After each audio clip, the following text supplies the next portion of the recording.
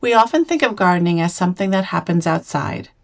But what if you could capture a small piece of that forest, place it under glass, and let nature quietly take care of itself right here in your home? Why don't we try building that tiny self-sustaining ecosystem, something we otherwise know as a terrarium? So today I'm going to work on creating two different kinds of terrariums, and I'm going to take you along with me for the process. So I have two different style containers. I have one large jar that I picked up from a thrift store. It has a lid on it so it keeps all the moisture inside, and I thought this would be a great piece and a great idea to use for just a simple terrarium. And then I have a different one that I also picked up. I believe this one was from Amazon. It's much smaller, but it's a lot more romantic in terms of its feel. It resembles a greenhouse to me, but it is a lot smaller. So the feel of the two should be a little bit different in terms of what the aesthetic will look like. In terms of materials, I have a lot of different things here, a lot of which I'm not just going to use, but I did just kind of clean out my crafting closet a little bit just to have everything around me in case I felt like using it. So the couple things that is absolutely necessary, I have leca balls right here in this little container. That is going to be the base layer for both of them, and that really acts as like your water reservoir. Then you're going to need some sort of mesh to lay on top of the leca balls, because that's what the soil is going to go on, and that mesh keeps the soil from seeping into the leca balls as you water it or over time. Now into the soil, I'm also going to be mixing some horticultural charcoal that helps with any type of root rot and things like that. So I'm going to mix a little bit of that in there.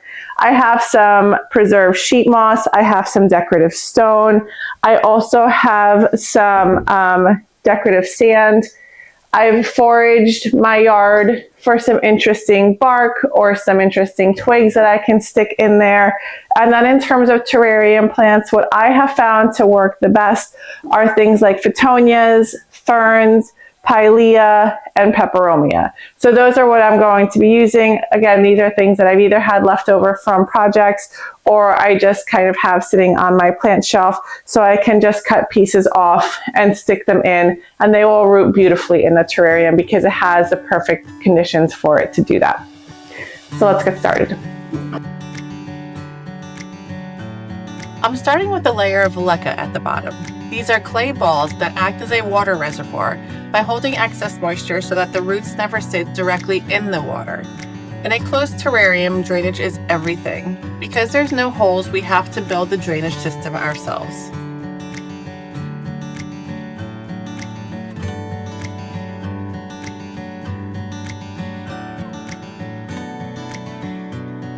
Next, I'm adding a layer of mesh. This keeps the soil from settling into the leca over time. Think of it almost as creating a separation between the foundation and the root zone.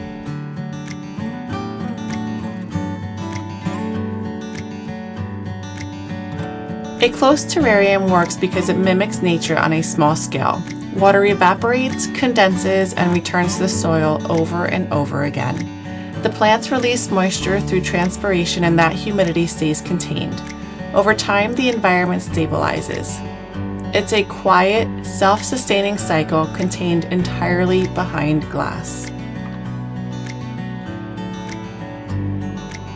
For soil, I'm using a moisture-retentive potting mix. Closed terrariums thrive on humidity, so you want something that holds moisture, but not something that's way too dense or compacted.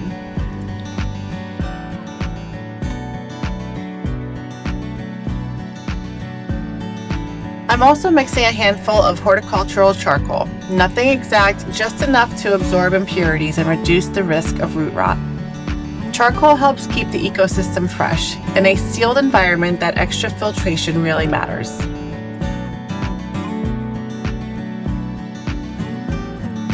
So now for the plants. Now for this larger terrarium, I'm going to start with this peperomia with these beautiful round paddle-like leaves.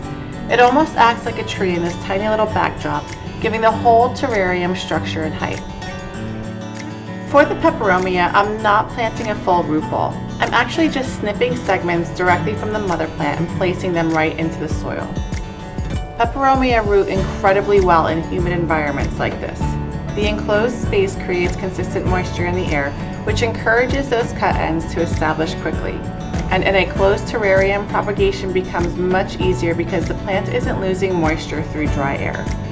So instead of one large plant, I can create the feeling of a tiny tree canopy by using just a few cuttings.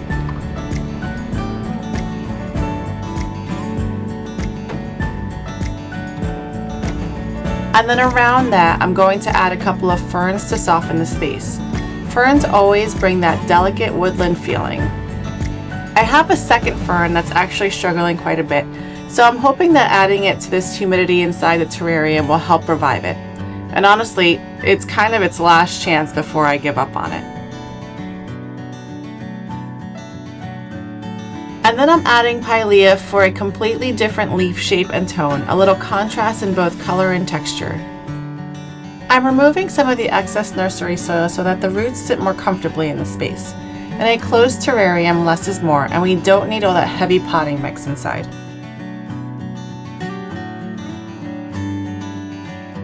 And then lastly, layering some pieces of bark to add interest and depth. They make it feel more like a natural forest floor rather than just plants potted in soil.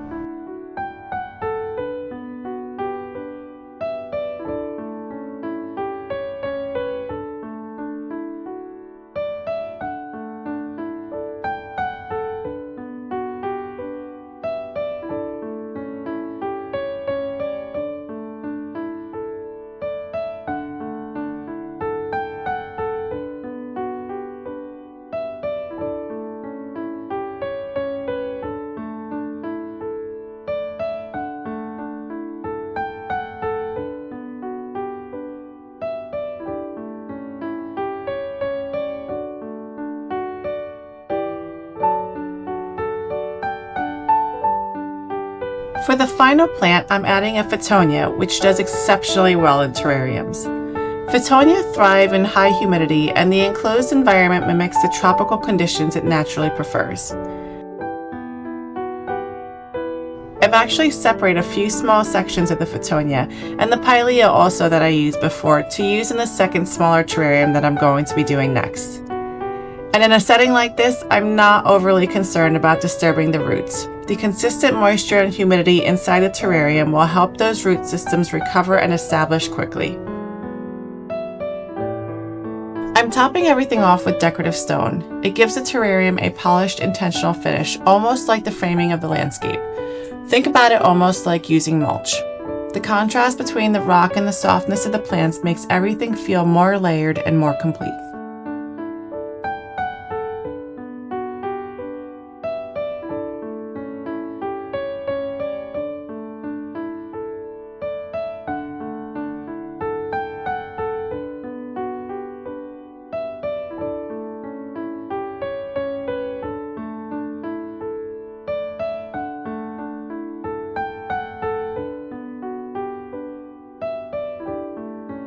For the second terrarium, I'm working on a smaller scale, which means every decision matters a little bit more.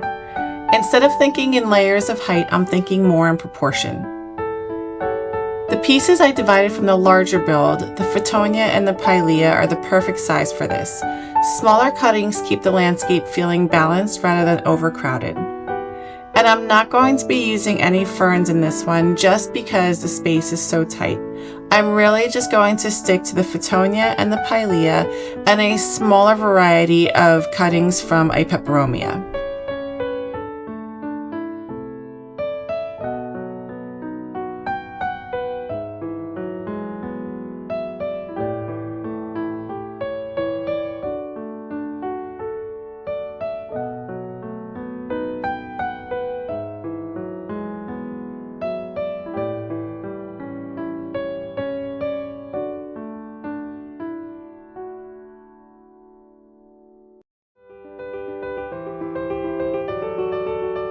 And this time, instead of the decorative stone, I'm using sheet moss as my top layer. It helps to maintain the moisture at the surface while still visually unifying the landscape, and the texture feels softer and more woodland inspired.